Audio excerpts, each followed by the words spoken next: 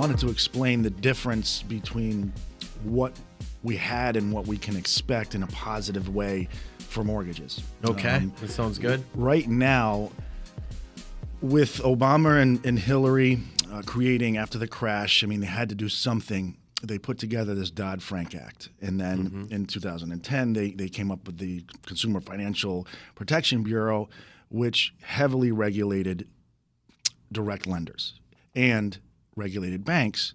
But there's a difference between the two. Direct lender is a non-depository bank. They only do mortgages. So like a mortgage broker. That's it. Yeah. Okay. They only do mortgages, and they're heavily regulated compared to a bank. Why is that?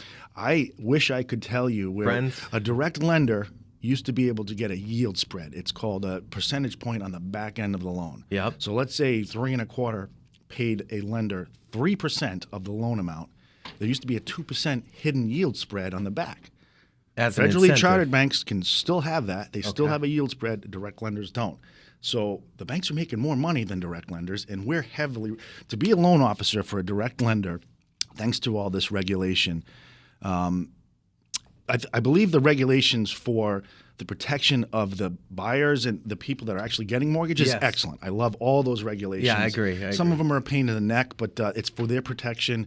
They're always in the right, and the loan officer and the mortgage companies are in the wrong whenever it comes to anything. Yeah. Which is fine with me.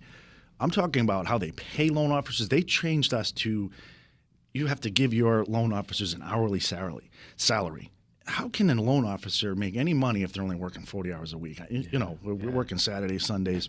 You're working full time. I'm a direct lender / branch manager. So I'm paid differently. I don't have to get a base salary and then commission. I'm strictly 100% commission. And, you know, who would you want working for you? Somebody that needs to close your loan to make money, or somebody who gets complacent at a bank that gets a hourly wage and they're being told we can't afford overtime. And there's lawsuits everywhere because of this craziness, paying a loan officer as an hourly wage and then overtime. It's insane. There's a lot of class action lawsuits there. But here's what happened with the Dodd-Frank, and that's the major thing that messed up things for being a loan officer. There's banks paying their loan officers anywhere from $28,000 to $35,000 that close 30 loans a month.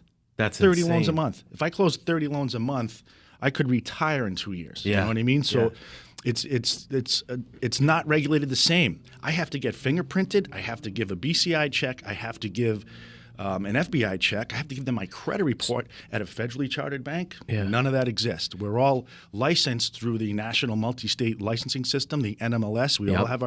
We're all registered there, but direct lenders, they have to give all of this other information, and it's renewal time. I have to do continuing education every year. 30 hours. I still have 24 hours left. Who has time to sit in front of a computer and take a test? I mean, it's a week worth of work. Nothing different. I like it. I mean, I'm learning.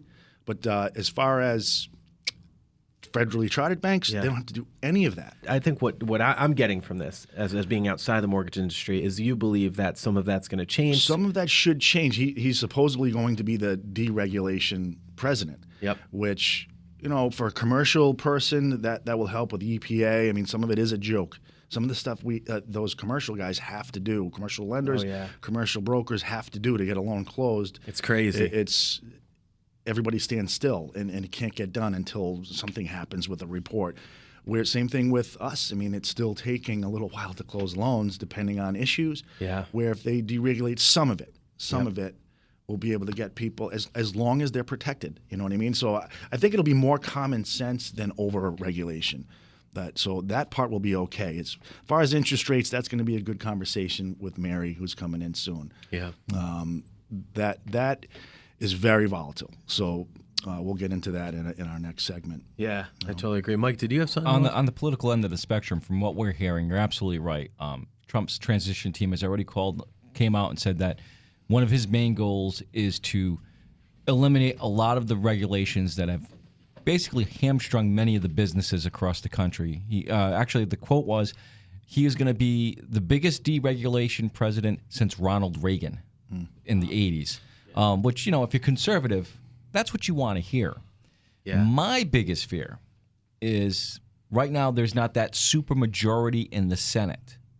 And what we could run into is the obstruction of, let's say, legislation that could help eliminate a lot of these regulations. So, if you got the Dodd-Frank that's going to come up and they're looking to repeal it, well, guess what? You know who's going to be one of the biggest people who are going to fight that in the Senate is Bernie Sanders.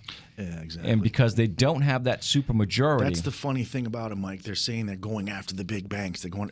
This hurts is the direct lenders. The banks are going to continue to make more money than ever because they're limited on what they have to pay their people. And they're the ones who bring in the business. And who benefits at the big banks from that? Are the chief executives. And who are the ones who donate to all these political, whether the GOP or Democrat? Yeah, exactly. Yeah. Yep, the big dogs. The big dogs. So it is a joke when it comes to that. Go after the big banks. A lot of people voted for Donald Trump across this country as an agent of change. Mm-hmm.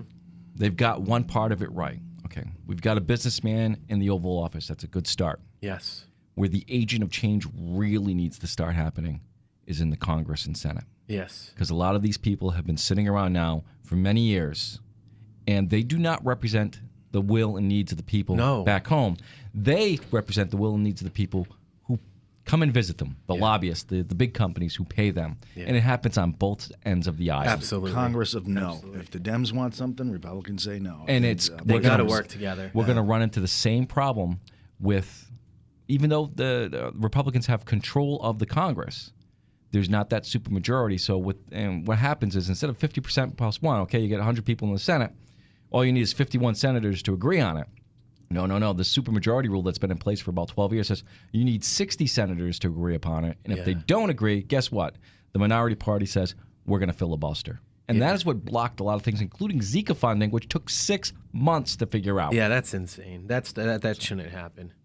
It's totally insane. Oh, man. But hey, this is some good stuff. John, any closing thoughts on this subject? I would say, I wouldn't worry too much about mortgages. I mean, we're still going to have the same regulations now for a while until something's passed. And if anything, it'll get lighter. It's not going to get heavier.